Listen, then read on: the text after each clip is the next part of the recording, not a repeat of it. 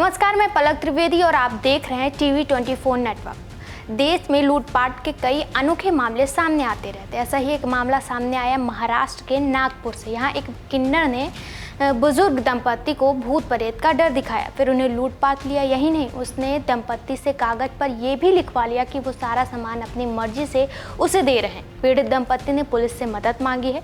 दंपत्ति का कहना है कि उसने उन्हें सामूहिक कर लिया। फिर इन लोगों ने भगवान पर विश्वास करा के जो वो बोलता गया वैसा वैसा ये करते गए। संगीता वानखेड़े नामक महिला ने पुलिस को बताया, मैं अपने घर पर काम कर रही थी, मेरे पति सुधीर हॉल में बैठे थे। उसी दौरान एक किन्नर ने हमें बाहर से आवाज़ लगाई।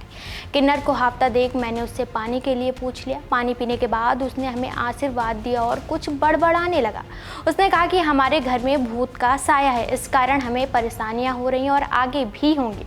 दंपत्ति ने बताया कि हम पिछले कुछ समय से सच में ही परेशान चल रहे थे, इसलिए हमें लगा कि किन्नर शायद सच कह रहा है। हमने उससे इसका उपाय भी पूछा तो किन्नर ने हमें चावल लाने के लिए कहा। उसने चावल पर मंत्र फूंकने का नाटक किया और फिर हाथ की चालाकी से चावल गायब कर दिया। इस पर हम दोनों उससे प्रभावित हो गए। पीड़ित दंपत्ति ने आगे बताया कि किन्नर ने हमसे 21 बच्चों के कपड़े और भोजन की व्यवस्था करने को कहा। इसके अलावा उसने 21,000 रुपये नगद मांगे।